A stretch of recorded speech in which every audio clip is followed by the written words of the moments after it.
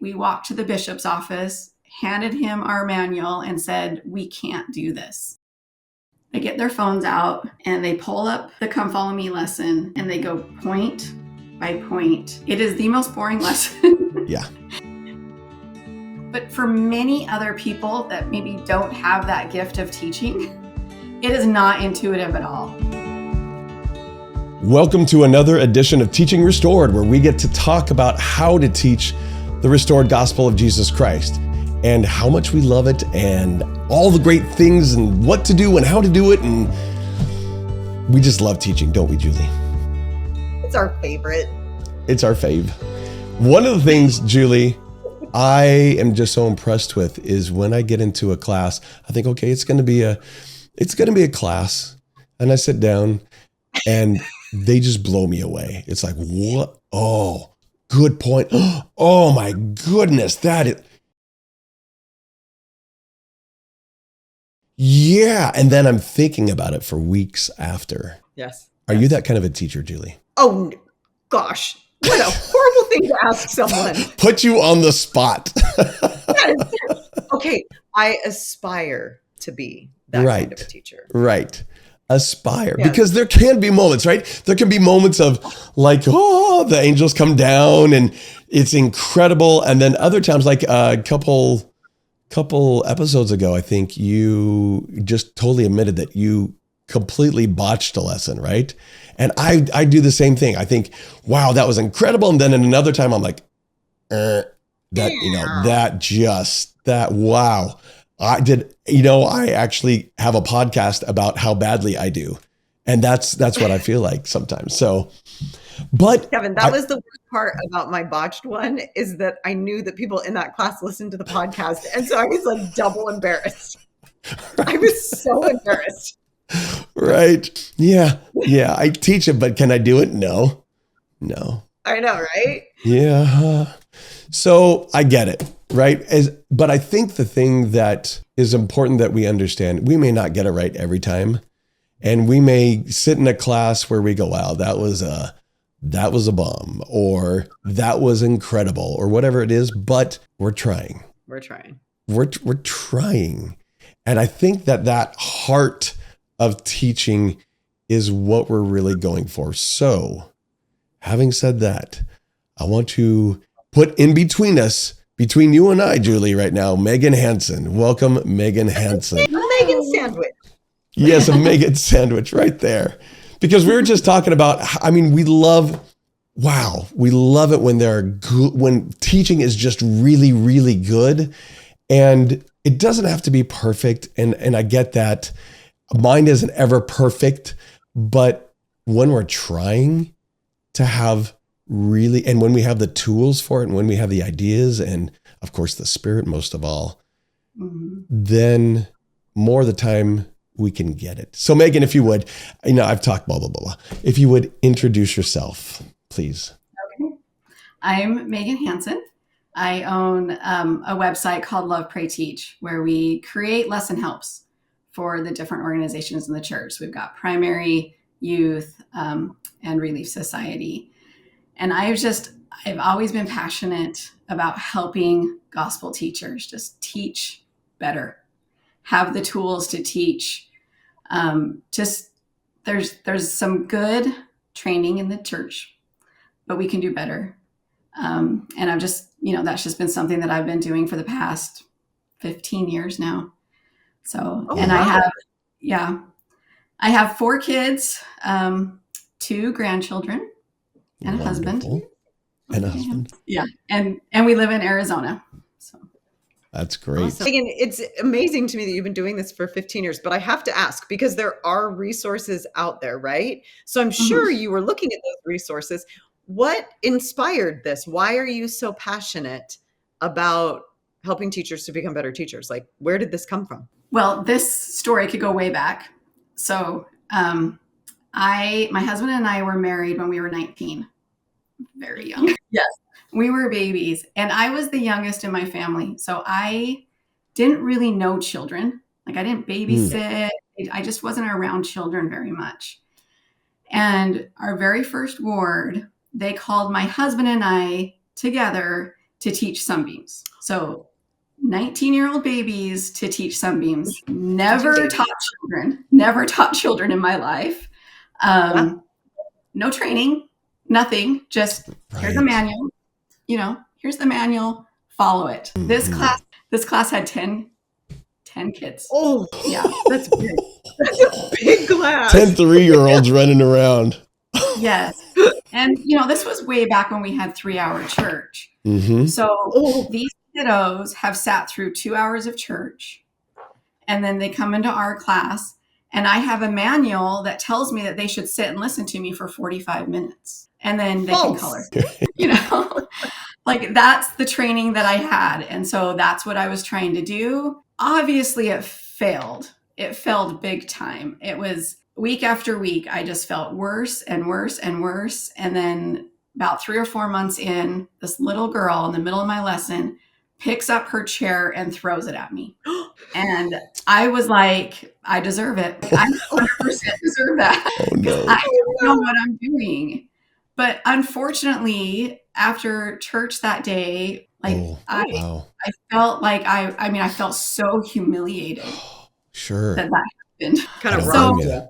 Yeah, it definitely rocked me. And we just made excuses to go visit my family out of town, or, someone's farewell, or we just made excuses not to go back to that ward ever again. We never said we were inactive or, but I just was not going to show my face back there. I wasn't. So, it kind of lit a fire under me. I never want that to happen again. Cool. Yeah. Right. So it just kind of progressed from there. I started having children and started teaching my own children, and realized a 3-year-old can't sit still. Right. They're not made to sit still. They don't need to still. That's not how they learn, And so I learned with my own children. And then I started having children with ADHD and realized even a 12-year-old shouldn't be expected to sit still at times. Mm-hmm. This is kind of the process that I went through. So my training, my education is graphic design. So, oh, cool. Yeah. So at this point, I'm like, how can I use graphic design and help teach? And it kind of morphed into Love, Pray, Teach. So that's pretty neat. That's amazing. Yeah. Okay. So as you're talking about this, Megan, I'm going through this kind of thing right now in our ward. We're talking about it with the bishop and other members of the ward council as well. You give someone a calling to teach. Here's the manual, and we expect them to know how to teach, and not everyone does. Or they have maybe an incorrect idea of what teaching might be, right? Or they don't feel that they can do it, but they're just said, yeah, you're a teacher. And that's really, like you said, that's really all the training that a lot of them get. And so I can totally see why you would go in front of 10 3-year-olds and do exactly what you did. Totally makes sense. You mentioned though that you are a teacher of teachers. And then I started thinking about Julie, I always get this. I always blank. The teacher council meeting. There we go. The teacher council meeting. And I've thought before, that what happens once a quarter, that's not enough. But that's all really the church can provide, because they're actually doing it, so that the onus is on the teachers to teach themselves to learn in a way. Would you agree with that? 100%. Yeah, 100%. And it's sad. And I'll tell you this, but we follow when we sell our packets, and Saturday night and Sunday morning are definitely the busiest times of the week. Sure. That's our clientele. And it makes me sad because I'm like, that's not really what we're here for, but at least you're getting something. At least you're doing something beyond, what just that little blurb in the manual says to do.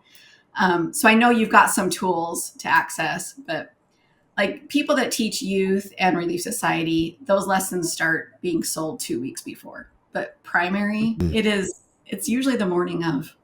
Wow. Yeah, it kind of makes me sad, but It's not surprising. Right. So let me ask you, just can you describe what you're trying to do with Love, Pray, Teach? And I'm not in any way, I mean, this is going to sound dumb. I don't need to make this explicit, but like, I'm not trying to promote your website or doing anything like that. I just really want to get at the heart of what it is that you're doing. And so help us to understand, like, are you, because nobody will, necessarily have looked, are you giving people lesson ideas? Are you giving them ways to appeal to different learners? Are you trying to provide more robust suggestions in terms of the curriculum? Like, tell me a little bit about your approach, and maybe it varies, so you can break it out based on, Relief Society, primary, et cetera. Yeah, it definitely varies based on age group. And it was pretty much all of the above, what you just said. So we do follow the Come Follow Me manual very closely. We don't ever want to go outside of what the church has already said. Hey, let's try to teach this, right? Like, this is what we really want taught. But let's say, for example, they're teaching Noah and the Ark that week. In primary, we're going to give them, like, here's a memory game, here's a puzzle, here's a, activity that's going to get them up and moving. We divide it by younger kids and older kids. The older kids, we're going to go a little bit deeper into the scriptures, and they're going to, mark their scriptures up, and we explain to the teacher how they can teach that. And then the youth lessons, the youth lessons, we don't want to take away the teacher's responsibility to prepare a lesson, right? Like, we want them to be able to do that. So we don't give them a lesson outline. It's just some good things they can use. Like, if you're looking for a good way to maybe grab their attention to start the lesson, here's an attention getter that, you can start the lesson with. Here's a worksheet that outlines some of these questions so they have it in front of them. Here's a QR code that they can just click on. Here's, a video that they can watch to help. Here's a few discussion questions, things like that. And then Relief Society, we take the conference talks and just break them down with discussion questions. So we just give them some good discussion questions to just help them get going on it. And the church, all of our stuff goes to the church's church's permission department. So we have permission to do this, which is awesome. Definitely not the correlation. That would have been impressive. No. Spoke. Yeah. No, but the church's permission department. So we work closely with them and make sure that we're in alignment with what they expect and what what they want. So I think that we have been told that they're grateful for websites like ours. They're grateful for podcasts like what you're doing. They're grateful for all the Come Follow Me podcasts because they want us helping each other. They really do. So. Well, and if you think about the goal of teachers, it really is that all of us are edified and grow together, right? That it deepens our conversion to Jesus Christ. We can better live our covenants. We can, kind of practice what we preach better because we're all kind of feeling not just more connected to each other, but more connected to the Savior through our classes. And so I hear you saying, it's not even necessarily the activities. It's the fact that you're trying to remove obstacles for a teacher, right? You're trying to say, look, some of what you're going to encounter is, and let us give you this to help make that go away. That sounds terrible, but like, you're removing some of the obstacles. Right. Building confidence. Right? Yeah. That anxiety that a lot of teachers get. I get anxiety when I teach. I taught gospel doctrine just on Sunday, and I, start my lesson and I'm just like, just so you know, I'm nervous, I'm sweating. Like, I've been doing this for 100 years, but yet I still get anxiety about it. So, it's just giving teachers, giving teachers those tools will help build their confidence, like you said, getting things out of the way so that they can actually teach. So I know you teach, for example, you mentioned you teach youth how to teach. Let's talk about that for a little bit if we could, because that, first off, when I think about teaching youth how to teach, I don't know that youth care to know how to teach, first of all, right? So there's a motivational thing there, right? And then just teaching youth is one thing, but teaching them how to teach is another thing. Either you have some really motivated youth who they're all in, they want to learn, or maybe you don't, and you have to deal with that as well. But when youth teach each other, that can be pretty powerful. So I've got, I guess, a couple questions in there. How are you teaching youth to teach, and what does that look like? And number two, when you talk with others about youth teaching, is that happening a lot, or is it mainly the adults teaching the youth when it maybe, I don't know if it should be the opposite way, or I don't know. A few different things are going through my head right now. Okay, so in the church, the youth, every ward does it different, but the young men and young women are asked to teach their lessons.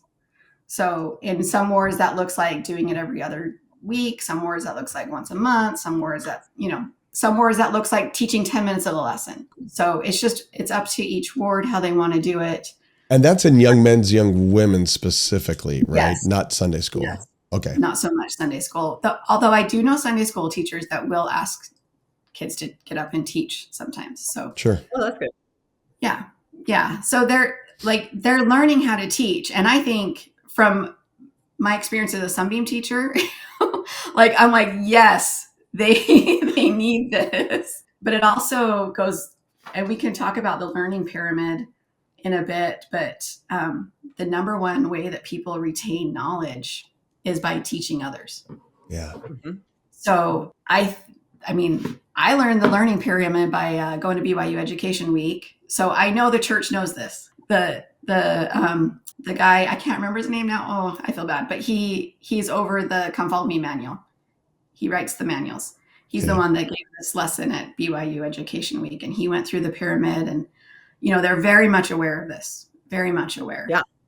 Which is awesome. So the youth are teaching to help them learn, basically. So the way that I do it is I've just been doing it within my ward, and they don't really know that they're my guinea pigs. Very good. Very good. Okay. They do now. Yeah. I want to know about your guinea pigs. Let's hear it. Yeah. They've been my guinea pigs for a little bit because it's like a thing that I'm trying to put together so I can put on my website so that other people can take this into their own wards and teach it. So I have a PowerPoint that I teach them, and it's just going through how to put together a lesson. And very basic, because that's what they need. Sitting in youth lessons, this is what the majority of them do, is they come in, they get their phones out, and they pull up the Come Follow Me lesson, and they go point by point by point. Sure. Like, it is the most boring lesson. Yeah. Every leader in there is cringing, We're just like, so, and I don't know if you guys even know this if you don't teach the youth, but in the Come Follow Me manual, there is a little blue book icon next to one of the sections. And that is the section they want the youth learning from and teaching. So these youth Isn't are it trying called like suggestions for teaching the youth or something like that? Isn't it called suggestions for teaching the youth? It doesn't say that in each lesson. That's the problem. It just has this little blue book next to it. If you look like the title page, it says, this is what the little blue book means. Yes, I know exactly what you're talking about. Yep. Yeah, but I mean, this is quite a few years. This has been going on, and people still don't know or understand. And it doesn't mean that you have to teach from that, right? But they've given you a little bit more in that section for the youth to teach from. There's a conference talk or two. There's some videos. There's some questions. It's a little bit more fleshed out. So that's why it's really good to talk about. And it's a gospel doctrinal topic that they're pulling out that is very applicable to the youth. So is it the book? It's the book. Just so that everybody's clear. It's the book.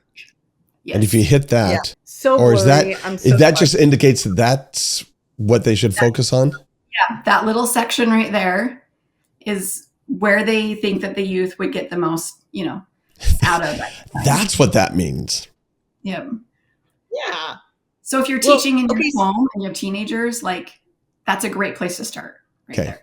So is that kind of what you're saying, is that, okay, youth, you're going to teach, you need to know that this book means that this is the section you should start with. So go straight there. Step one. Kind of like that? That is step one. No kidding.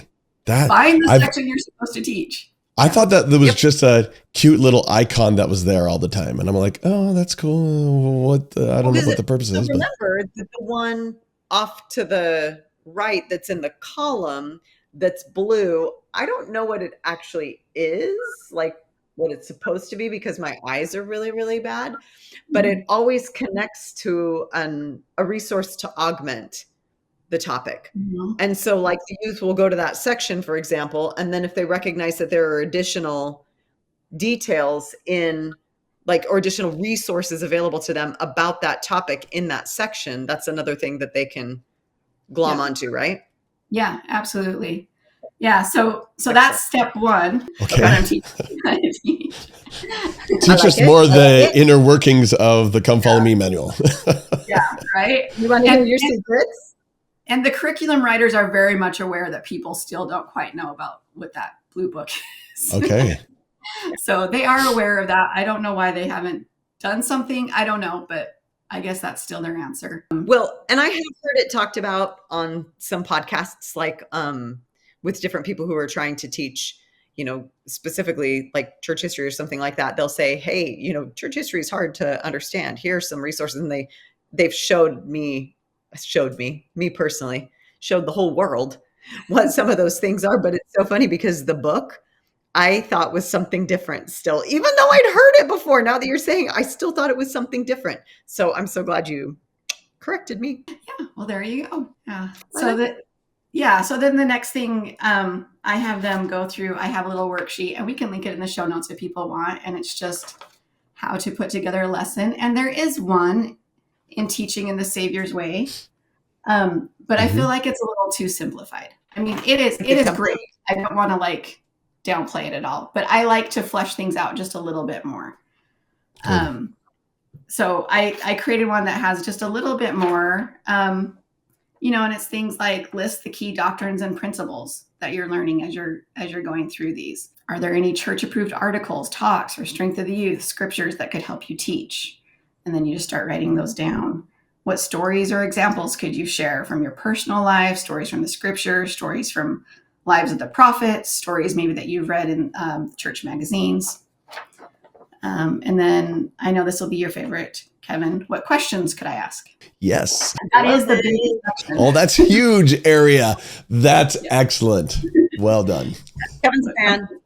You just won him over. Yep. You're my favorite now, Megan. I mean, that's still the most important part of the lesson. I 100% agree with that. And then are there pictures, objects, music, videos, activities, things that you could use to supplement the lesson, and then a place to write your conclusion, bear your testimony. I'm one of those people that when I get up to teach, my mind kind of goes blank. Like I hate it so bad, but I go blank and I get to the end of my lesson and I'm like, and I just want to bear my testimony. And I'm like, what did I just talk about? What do I bear my testimony? So I actually try to write down my testimony before as part of my lesson prep so that I have some bullet points so I can be like, okay, this is what, you know. Okay. You know what I love about that? You know, it's so interesting that you say that. I love about that because those are things that we would never think to do. Like as an adult, you wouldn't necessarily think, oh, I'm going to write down some of my testimony. Oh, I'm going to take a minute and I'm going to hold myself accountable for pulling out, you know, what are some of the, I've never asked myself, what are some of the articles that go with that? I just kind of find the articles. We forget that youth who haven't had any training whatsoever in how to do something like this, the steps that we just take for granted, they wouldn't even know to take. Yeah. I love this. Yeah. And I think you kind of hit the nail on the head is that for some people, it's very intuitive. It's very intuitive to do those things. But for many other people that maybe don't have that gift of teaching, it is not intuitive at all. And we've all sat in those classes. Yeah. We've all been there. And we assume a lot about teaching. So even as you're saying this, one of the things that I specifically glommed onto is your recommendation that they write down part of their testimony. And I started thinking about a lesson that my husband, he's a bishop right now, just taught at a bishop's youth discussion about testimonies. And he talks to the youth because there really is kind of, and I don't want to take us on a detour at all, but I think this is super relevant. There's kind of mindset, if you will, with youth. It's a little bit different from us, that they really value authenticity and they really value kind of being real in a way that we kind of settled for being a little bit like cliche when we were growing up. And I mean, I'm for sure older than you, but I just, I kind of feel like you look like a baby. I know you have grandbabies and I don't have grandbabies yet, but you look like a baby. And so I kind of was thinking, he was like, how do I help the youth understand the value of sharing your testimony and help them overcome some of those, I don't want to sound cliche. I don't want to sound stupid. I don't want people to judge me. I don't want to. And so one of the things that he talked about is alternatives to I know, which is kind of what we feel like we have to say when we bear our testimony. And as you were talking about this section where you write it down, I thought, man, what a great time for you to get real with yourself and say, I feel, I wonder if there could even be prompts for that. Like, I feel, I believe, I am struggling with, do you know what I mean? That. Just That. kind of Yeah. flush out what your actual feelings are about this, so that you feel like when you come to that part of the lesson, you're like, that's a little too personal, but I feel really comfortable sharing. I've come to understand that. And so I love that idea of forcing not just the youth, all of us, forcing ourselves to take a minute and really flush out parts of our testimony related to the principle that we're teaching as part of our exercise and preparation. Yes, I love that you said that. I think that's spot on. It's perfect. And I think it, like, not only even your testimony, but something that I was chastised a little bit just this week, because like I said, I taught gospel doctrine, and when I'm done teaching, I always reflect on how it went, right? I kind of give myself a little evaluation. I sit down with the Lord and I kind of go over it. What did I do well? What could I improve on? And one of the things that I was kind of told was I told too many personal stories, and I didn't share enough stories from the scriptures. And if I had followed my own advice and wrote down actual stories from the scriptures, I would have been prepared, because it was like in the moment when people were sharing their stories, then I kind of responded with my own stories, and I should have been ready to respond with some scripture stories, if that makes sense. That's what the Lord wanted. I was not prepared to do that. So I'm gonna go off a little bit on that piece of paper as you're describing the different pieces of it. My thought was, you're taking a topic and you're really diving into it, and you're trying to pull information and stories and scripture and everything from a lot of different places. Okay, go to the scriptures. Okay, go to general conference talks. Okay, go to personal. Go to whatever it is. And I think if someone does that, especially youth, but I mean adults as well, if they really do that, then they have so much information that they can pull from. And one of the things I'm a big advocate of is, when I go to teach, just to know it so well that if the teaching flow doesn't flow the way I think it ought to at the beginning, but it goes off in a different direction, I can do that because I've got that scripture, or I've got that other thing that someone just happened to mention, and oh my goodness, yeah, go read this. And I mean, you can pull all that in. And I think that's a great way to explore a whole bunch of different things and be able to bring it in. And really, as you mentioned, the teacher learns the most, right? Oh yeah. So they're learning all these things about it, and then they end with writing out, possibly their testimony there as well. I love that. I think that's such a great idea. Yeah. I don't know why we're not all doing that. Well, it takes effort, right? Maybe that is exactly why we're not doing it. Yeah. You're right. Like I taught this to a young men's class that my son was a part of. And then he had to teach the following month. And it was pulling teeth just to get him to read one conference talk.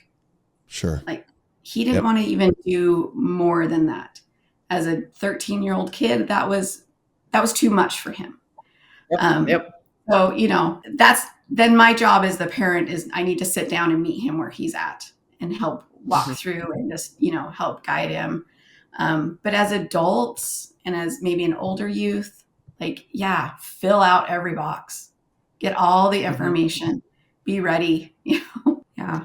I'm glad you brought up that you wouldn't necessarily expect a 12 or 13-year-old to go through and do the whole thing.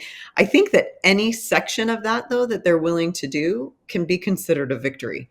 Yeah. Mhm. Meaning, you look at this and you think if it's not filled out completely, no, I relate to what you're saying. Like I have a 14-year-old daughter and I have an 18-year-old son.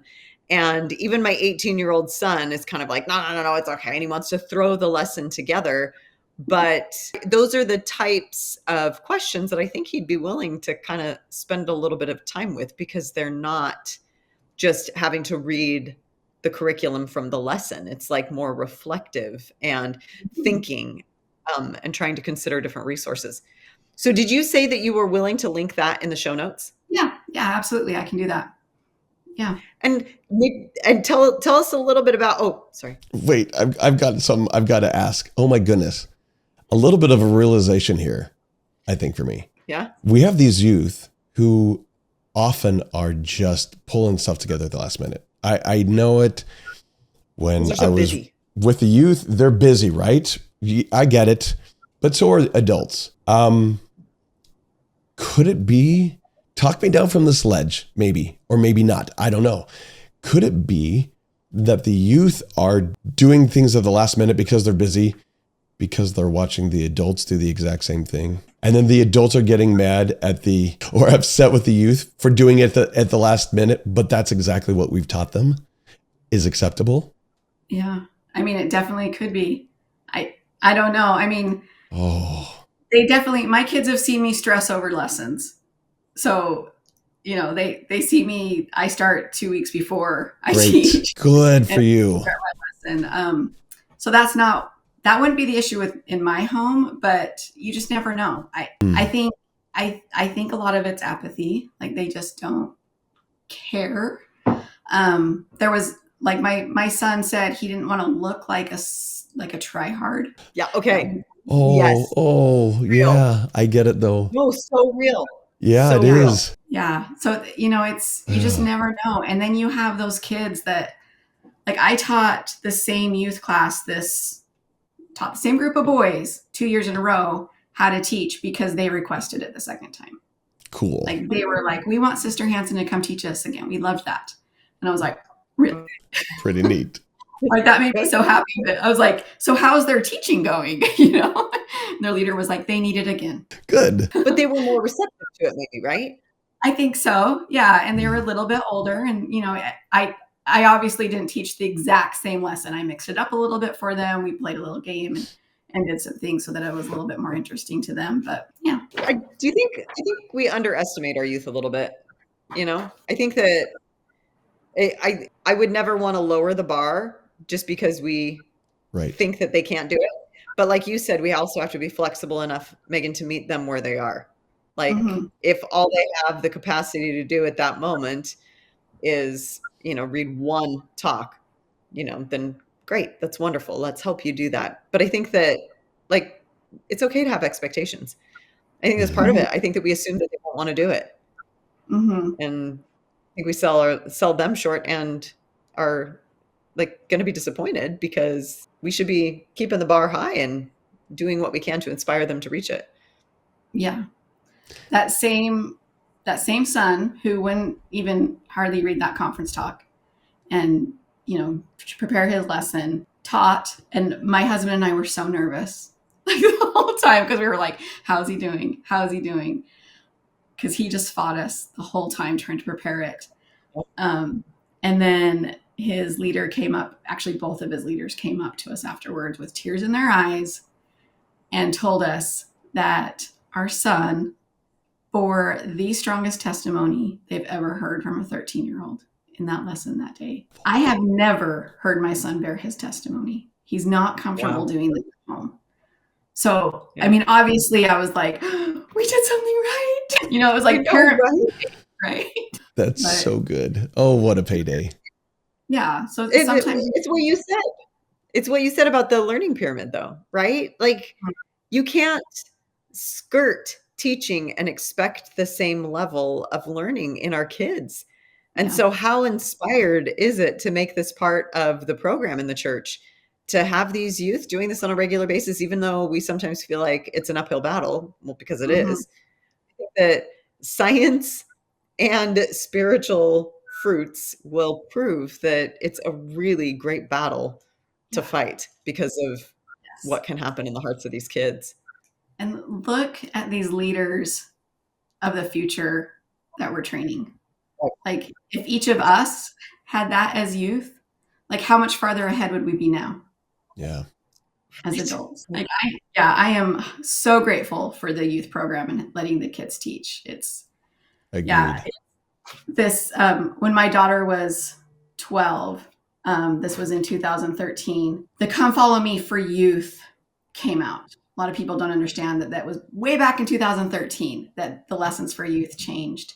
And it went from a manual of tell this story, ask this question, read Right. this, like it was very fleshed out, to now here's a conference talk, teach it. People didn't know how to teach that way. Like I remember. even adults didn't know how to teach that way. Mhm. And so my sweet little 12-year-old daughter would come home from beehives and I'd be like, what did you guys learn today? And she'd be like, I don't know. I'd like, okay, well, what did you do? And she was like, we read a conference talk. Okay, like the whole thing? She's like, yeah, we would just take a paragraph each and read a paragraph. I'd be like, okay, so what was the conference talk? I don't know. Like, there was no learning happening at that point. Yeah. But we had to start somewhere, Yeah. We started there, and now we've got this beautiful youth program where the kids are teaching it, and it's awesome. It's amazing. So you've mentioned this pyramid. Mm-hmm. Let's talk about this a little bit if we could. Yeah. So the learning pyramid is just kind of a tool to use. I like to use it to check myself, to see where I'm at as I'm preparing my teaching methods. So at the very top of the pyramid is just lecturing. And so if you think of a pyramid, and it's how much knowledge we're retaining, how much of what this lesson we're going to remember. Okay. The very top is if someone's lecturing, we're going to remember maybe 5% is all, which used to be what the church lessons were, right? Yes, very much so. You got called to teach Sunday school, you were prepared to lecture for 50 minutes. And then it kind of goes down through reading. If you're going to read something, you learn a little bit more. If it's a demonstration or a video, it builds a little bit more discussion. If you're included and putting yourself into the discussion, 50% is about what you're going to retain. So we're getting a lot better when there's that back and forth discussion. Sure. So trying to include the whole class in that. So the whole class walks away with, learning. And then practice doing is about 70%. We're going to retain about 70% of what we learned if we practice doing it. And then at the very bottom is teaching others, and that's around 90%. So if we take an example of something that's not even church related, just you want to learn how to make your mom's chocolate cake that you love, right? Just think about that. You just really want to learn how to make this chocolate cake. So if we were going to put this into the learning pyramid, the very top, she could tell you how to make that chocolate cake. You're not going to go home and be able to make that. She could write it down, and then you read it and try to follow the recipe. Is it going to turn out 100% like your mom's? No. Like, we can't cook like our mom, right? She might show you, she'll just say, hey, come over, come make the cake with me. And then you watch her make the cake. And you're like, okay, I got it. And then you go home and try to make it, and it's still almost, but not quite. And then she's like, okay, come over and you do it, and I'll watch you do it. And then as you do it, she tells you, oh, no, you bought the wrong brand of cocoa, or you need to melt the butter first, or, she tells you these things that weren't necessarily in the recipe. And you're doing really good. You're doing much better. And then your sister is like, hey, come teach me how to make mom's chocolate cake. And then you go over to your sister's house and you teach her how to do it. And you do it almost 100%. You're almost there.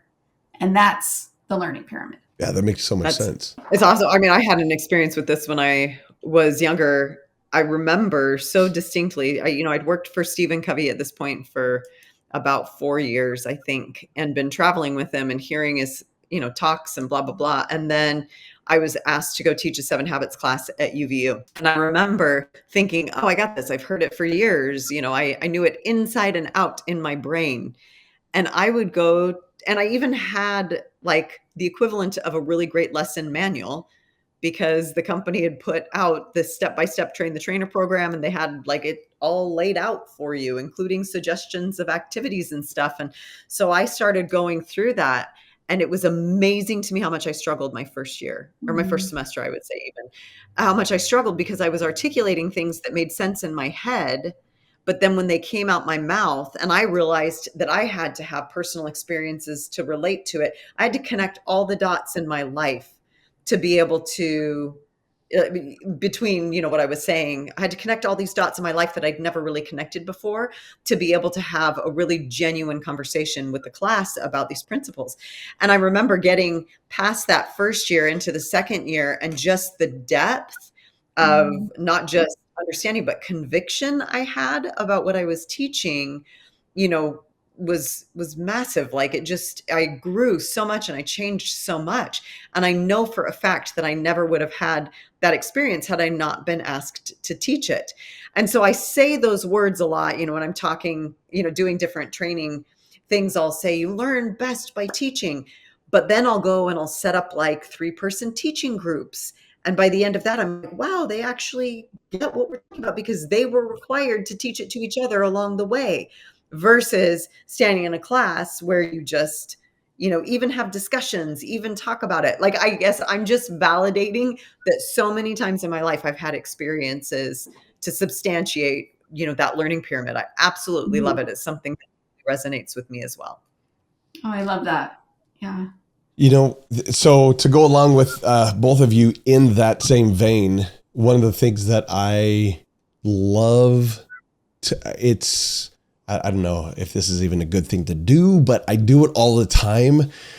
I love to talk to youth and say, all right, you guys are getting ready for a mission, right? Yeah. Okay. We're going to go on a mission. Great. All right. Explain the atonement. And it's like, do you know what the atonement is? Yes. Okay. Explain it. Oh, yeah. All right. Okay. Explain the priesthood. You know what it is, right? Yeah. Well, what is it? Well, oh no. Right. And so they're not getting, and I guess the point is that you know what it is, and that's great. On a personal level, that's wonderful, but you're about to go teach other people. You need to be able to articulate this in a way that other people will understand it. And when you go through that process, it solidifies it in your own mind as well, and in your own heart. And it's kind of on that pyramid as well. When you're teaching it, it just goes so much deeper. And instead of, saying, okay, this is what it is one time, you can at that point kind of bob and weave with whoever is in front of you.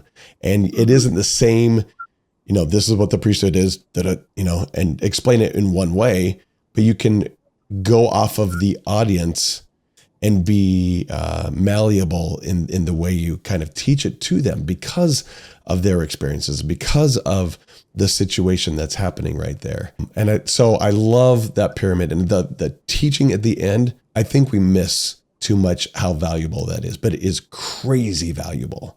Yeah. Yeah. And I love how you said you teach to, you figure out who your audience is. And I think one of the things that we can do to kind of help lower our inhibitions, or help us not to be so nervous or whatever, is to have teaching methods, like tried and true teaching methods that we know are going to work, and then match those to our audience. I have a big long list of teaching methods. I will put them in with the PDF if you want.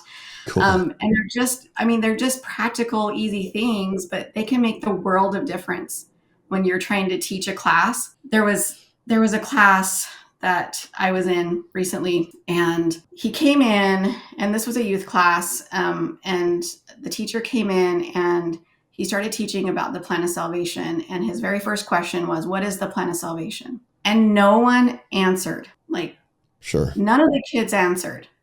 They didn't want to speak up. And we know they know what the plan of salvation is, right? But like Mm-hmm. none of them answered. And in that moment, I thought if he had some tools, just some teaching methods to get them to talk, he wouldn't be standing up there looking so nervous, because he was just like, Sure. and then he was like, leaders, help me out, but if he would have like had pair share or something that he could have just had them turn and do, that would have got them talking a little bit more. So I think teaching methods are so important to keep people engaged, just to having that variety. Even when teaching adults, if you teach the same way week after week after week, you lose your audience. Right. You get kind of boring as a teacher. So mix it up. There's weeks that I have come in to gospel doctrine and I hand out worksheets and I have them do a worksheet for the first 15 minutes to do some self-reflection. And, because it's something they don't expect. And it keeps them coming back. Like, what's Sister Hanson going to do this week? This is interesting. It's not just a slideshow this week. Oh, what is it? Get them, bring in some music, do something besides just standing up. I see that very valuable, especially for those who teach early morning seminary, because that could be, I taught that for a number of years as a young father. And that was, oh my goodness, that is one of the most difficult callings to do and to keep interesting and to not have the kids fall asleep on you. Right. So these different ways of teaching, these teaching methods, if I had that, I think it would have been an invaluable resource to be able to, I can pull that. I got to try that one now because, I've been doing the same thing over and over again and I'm losing them. So I need to wake them up a little bit. I love that. Yeah. That's a great treasure trove. Yeah. So define methods. Like, are you talking tools, strategies? Are you talking style? Help define methods and give us maybe a few examples. Yeah, teaching methods to me is just having tools, whether it's something visual for them to look at, something to do with their hands, getting up and moving their body is, having them, I'll just read a few. Yeah. Having them draw something. Like some kids just love to draw. Some adults love to draw. Giving a list of questions and having them stand up for the answers instead of just raising their hand. Like, get their bodies moving. I listened to, so at BYU Education Week this year, I wasn't there, but I just listened to Elder Gong's address. I don't know if you guys heard it, but at Education Week, I had fireworks going off in my head because I was like, he understands teaching methods. So he's teaching in the Marriott Center, thousands of people, and you would think, what teaching method could be used besides a PowerPoint and his voice, right? Right. So he started out by having people raise hands based on where they came from. And, that took a few minutes because it's very big. And he went through the islands. I thought that was great. He told two dad jokes to kind of lighten the mood. He did a choral reading. He had everybody read a scripture verse at the same time. And having the entire Marriott Center do that at once was so powerful. So, these are things you can use in your class. And then he showed a video after that. And then he went into talking. And I thought he just did 4 different teaching methods in the first 8 minutes to just kind of get people's attention. And if you've ever been to BYU Education Week, you're tired. Like, it's tiring. You're pretty exhausting. And you finally tired, right? Yes, you're mentally tired. And you may have just chucked it from the JSB to get to the Marriott Center. And you're in your seat sweating. And you're just like, I made it. And then he starts with the mood and he understood his audience. Like, let's lighten it up a little bit before I get into the meat. Right? Like, that's great. Wow. Yeah. Oh, he's so good. Master teacher. It's so funny because we just had Elder Renland at our state conference. And I loved it. So I have a son with severe special needs who, like is difficult to keep entertained. And so I was a little bit distracted, but one of the things that I watched him do and could hear when I was walking around with my son is that he asked for the primary kids to stand up. And then he said, okay, I'm going to tell you a little bit about the story of Lion King. And I want you to tell me the name. I want you to shout out in state conference. I want you to shout out the names of the characters. And so you would hear the kids in there going, Simba or Mufasa or whatever. And I was like, oh my gosh, you're a genius. Like that was incredible. And he did a couple different things like that got these primary kids engaged. Who engages primary kids during state conference? Right. Elder Renlund. It was so impressive. And so as you're saying this, I'm like, oh my gosh, we just experienced that too. I just saw a great example of it last week. Yes, they are master teachers. And that's something that I love to do when I watch them talk is how are they doing this? How are they teaching? Like learn from them what they're doing. And then you can use that in your own lessons. Like, hey, Elder Gong told 2 jokes. I can tell a joke. I can lighten the mood a little bit if I need to. That's okay. That's okay. ChatGPT to tell me the joke first so that I can then record it. I'm not very funny, but I can do it. Right. But I'll tell you, I think we have to be in the mode of how can I be a better teacher to even catch those things? We may say, oh, that was really cool that he did that. But if we're not thinking teacher mode and looking at Elder Runlin or Elder Gong about how they did it, then we've totally missed skills and methods that we could use ourselves. And so I think just being in that mode more often will help us catch things that we would never have seen before. And on that note, do you ever read the scriptures with that in mind? Do you ever read the stories of Jesus and how he's teaching with that in mind?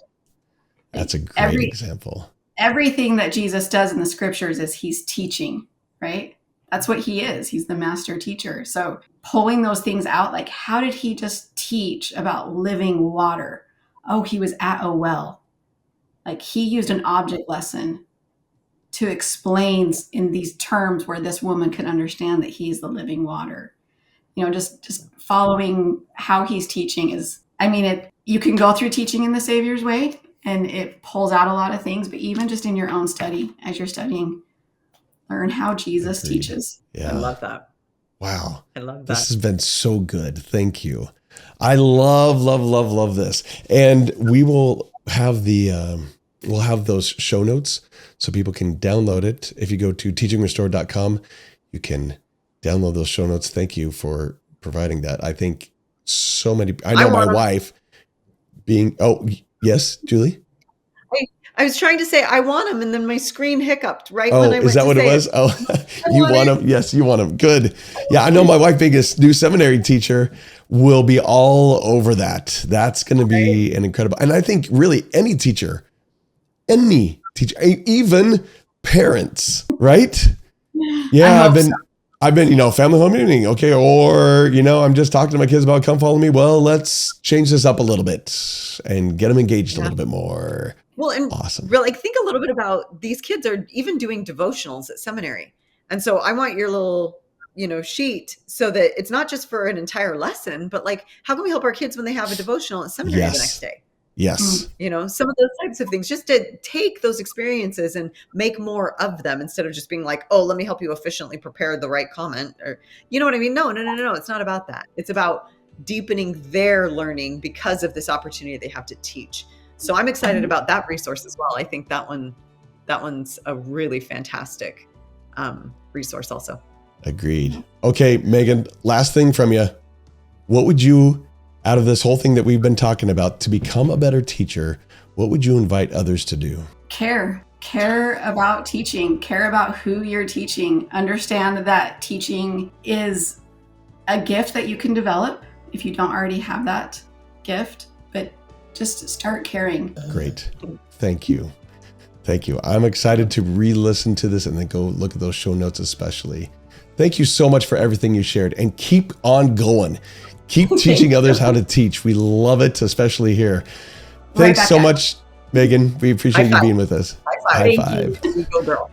Take care. Thank you for joining us for this episode on Teaching Restored. Now, us here, the team at Teaching Restored, we are here and it's our goal to help gospel teachers become more consecrated, more converted, more effective when teaching the restored gospel of Jesus Christ.